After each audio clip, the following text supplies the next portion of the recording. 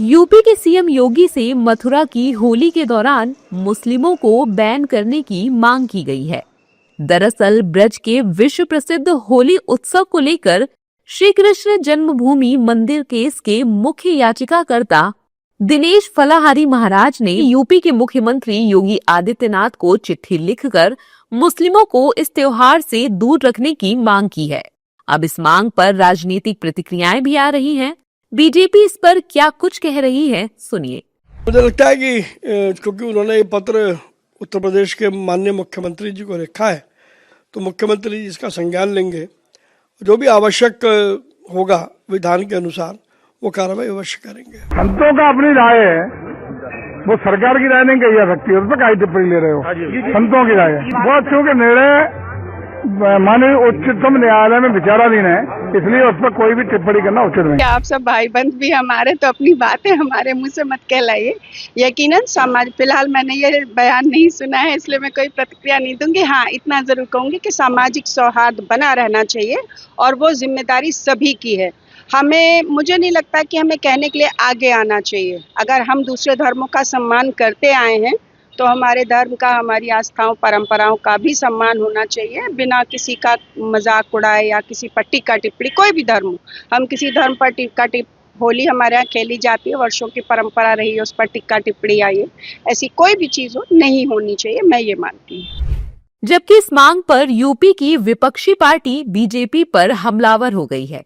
सपा की माने तो ये सब मांगे बीजेपी ही करवाती है। और समय समय पर भारतीय जनता पार्टी के लोग इस तरह की बातें बुलवाने का काम करते हैं। मैं समझता हूं कि अगर हिंदू मुस्लिम की ये बात है, तो अगर किसी अस्पताल को किसी मुस्लिम ने बनाया होगा तो क्या वहां पर लोग इलाज कराने लोग नहीं जाएंगे?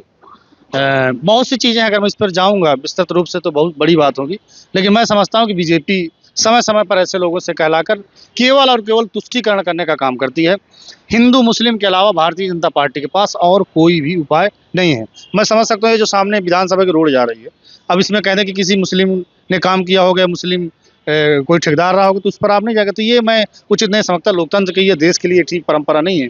और केवल एक, ये देश सबका देश है, चाहे हिंदू मुस्लिम सिख ईसाई सभी का देश है। हर वर्ग के, जात के, धर्म के लोगों ने देश की आज़ादी की लड़ाई को लड़ने का काम किया। वहीं इस मांग के सामने आने के बाद साधु संत फलाहारी महाराज का समर्थन कर रहे हैं और कह रहे हैं ये मांग उचित है।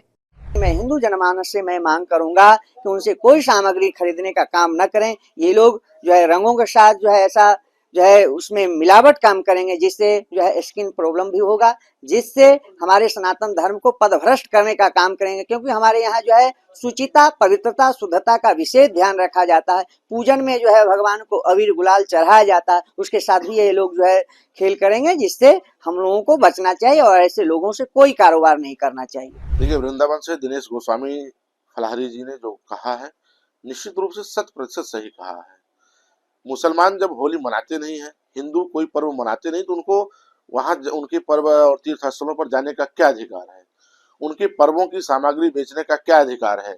अधिकार यही है कि वहां जाकर के भ्रष्टाचार फैलाते हैं, वहां जाकर के वो बहन बेटियों के साथ छेड़छाड़ करने का कार्य करते हैं और उनकी सामग्रियों को अपवित्र करने का कार्य करते हैं।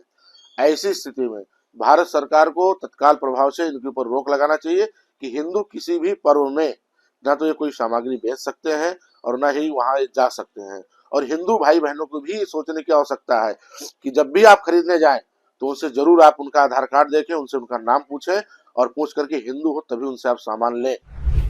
दरअसल फलाहारी महाराज ने तर्क दिया है कि मुस्लिमों को होली के रंग और हिंदुओं से नफरत है, इसीलिए वो इन रंगों में कांच को पीसकर मिला सकते हैं। ये हमारे पवित्र रंगों में थूक सकते हैं, इसलिए मुस्लिमों को हमारे पवित्र होली के त्योहार से दूर रखना चाहिए। इन्हें मंदिर के आसपास दुकान लगाने की अनुमति न दी जाए।